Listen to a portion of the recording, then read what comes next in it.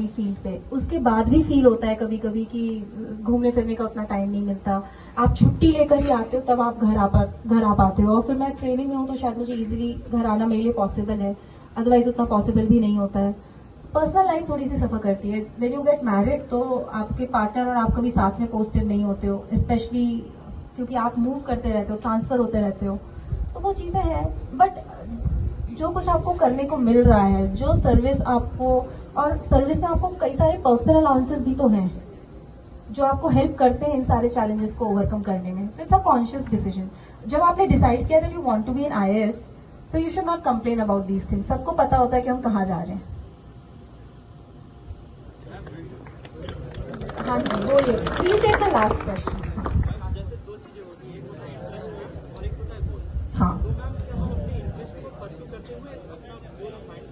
बिल्कुल कर सकते हैं। अगर आपका इंटरेस्ट और गोल अलाइन हो जाए बहुत अच्छा, नहीं हो तो इंटरेस्ट को अलग परस्यू कर लिया, गोल को अलग परस्यू कर लिया। जैसे कि हाँ,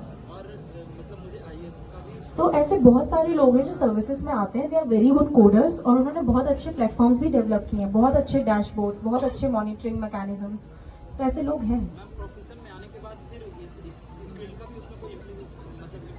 बिल्कुल हो सकता है। जैसे अभी I am an electrical engineer, मैं 10 बजे गई ऑफिस, फिर ऑफिस लगभग वो खिंचते खिंचते 8 बज जाते हैं रात के। तो मैं कई बार ऐसे परेशान होती थी कि 6 बजे के बाद, जब मैं इनिशियली आई थी सितंबर में, तो मेरे आंसू आने लगते थे कि 6 बजे के बाद मुझे ऑफिस से जाने दो, अब मैं क्या करूं, मुझे घर जाना है। क्योंकि आप उस तरह से एक्सपेक्ट नहीं करते, आपको तो लगता है बस हो गया, आप क्या 10 से 6 कर ली हमने नौकरी। फिर 10 से 8 हो जाता था। फिर उसके बाद वहाँ पे एक सीनियर ऑफिसर आए, बोलते अरे अभी 10 से 8, ये तो आप नए एज के बच्चे हो, आपको तो 9 से 11 काम करने की आदत होनी चाहिए। अब वो गलत नहीं कह रहे हैं। आप जितना ज्यादा मेहनत करते हो उतना आप सीखते हो, और जितना आप सीखते हो आप उतना आगे बढ़ते हो। आप नहीं भी करोगे तो क्या है, आप एक नॉर्मल मेडियोक्रिटी पे रुक भी सकते हो। नोबडी विल टेल यू, ना पेरेंट्स बोलेंगे, अब कोई नहीं बोलेगा। जो जहां पेरेंट्स और टीचर्स को पहुंचाना तो उन्हें पहुंचा दिया, अब आपको आगे लेके जाना है। तो this is your choice. Choose to work hard, choose to do best in which ever field you go. All the very best, and thank you sir for inviting me here.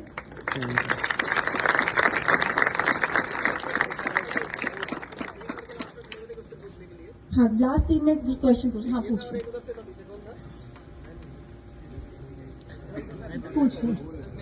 जैसे पब्लिक स्पीकिंग है, उसका जो fear रहता है, डर रहता है, जैसे स्टेज पे जाने के लिए उससे पहले डरते हैं, उसको ओवरकम कैसे करें? देखिए, हाँ, पब्लिक स्पीकिंग का फियर एक नॉर्मल कॉमन फियर है, और सबसे पहले तो ये फियर आपका भाषा या माध्यम की वजह से नहीं होना चाहिए। भाषा कोई जॉब तो छोड़ दी, हाँ, इलेक्ट्रिकल से अब तक छूट चुका है, यूपीएससी प्रिपरेशन स्टार्ट कर चुके हैं, अब कहाँ जाओगे?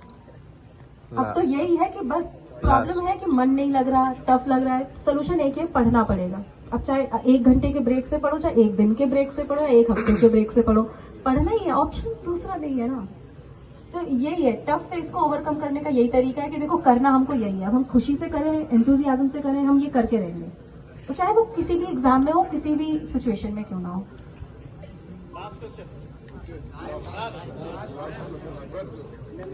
का सिलेबस बहुत फास्ट है, तो आपने उस सिलेबस को कैसे मेंटेन किया? उस सिलेबस को मैंने प्लान किया कि मैं इस मंथ में, इस वीक में ये काम करूंगी। जैसे जब हिस्ट्री की किताब उठाई तो 800 पेज की थी, तो मैंने डिसाइड किया मैं डेली 30 पेजेस पढ़ूंगी।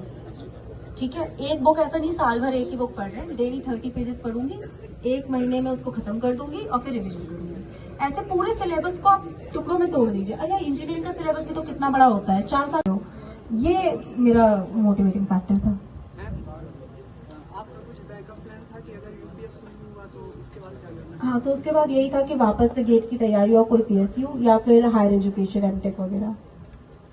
मैंने सोचा हुआ था कि मैं 2 अटेम्प्ट ही दूंगी जॉब छोड़ने के बाद, उसके बाद नहीं। और फर्स्ट अटेम्प्ट, मतलब जब ये 2020 वाला अटेम्प्ट दिया था, तो मैंने खुद से एक चीज पूछी थी मेंस के बाद कि अगर मुझे दोबारा एग्जाम देने का मौका मिले तो what can I improve, and my answer was nothing much.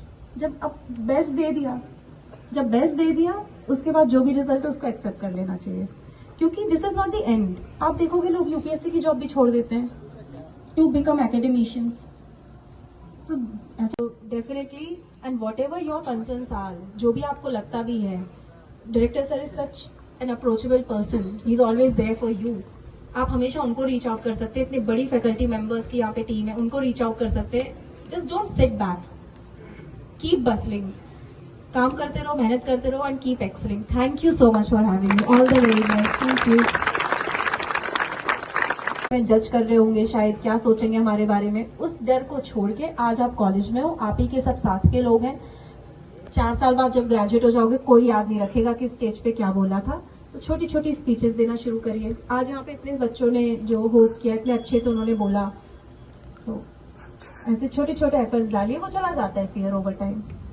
Ma'am, day to day life में बहुत सारे काम होते हैं जो वैसे तो अनप्रोडक्टिव है बट करना जरूरी है। एंड मैम, कुछ काम होते हैं जिन्हें करना जरूरी है बट राइट नाउ नहीं भी करेंगे तो भी चलता है। मैम, आप प्रायोरिटाइज कैसे करेंगे? प्रायोरिटाइज ऐसे कि आप एग्जैक्टली पाना क्या चाहते हो। अगर आप अच्छी हेल्थ पाना चाहते हो, तो आज आपके लिए शायद सुबह रनिंग करना जरूरी है, प्रोडक्टिव भी है। अनप्रोडक्टिव ऐसे हो सकती है कि अच्छी रनिंग करने से आपको ना तो अकेडमिकली कुछ फायदा हो रहा है, जॉब में शायद कोई फायदा नहीं हो रहा क्योंकि हमारा कोई फिजिकल टेस्ट तो करता नहीं है, बट आप जो पाना चाहते हो उसकी डायरेक्शन में, तो आप उसको प्रायोरिटाइज कर लोगे। आप समझ रहे हो सकता है आपको अगर यूपीएससी करना है तो आपका जो सब्जेक्ट है, कोर जो सब्जेक्ट जो आपको पढ़ना चाहिए वो आप ना पढ़ें, आप प्रायोरिटाइज करें अपना ये पढ़ें।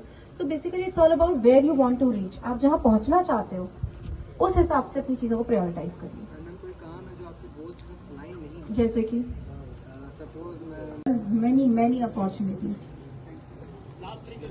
जैसे आपने ग्रेजुएशन के बाद थोड़ा ब्रेक लेके फिर मतलब थोड़ा गैप ग्रेजुएशन लिया, अगर ग्रेजुएशन के साथ ही करना है और अगर नहीं हुआ तो कोर में भी जॉब मिल जाए, तो उसके लिए कोप अप की स्ट्रेटेजी क्या रहेगी?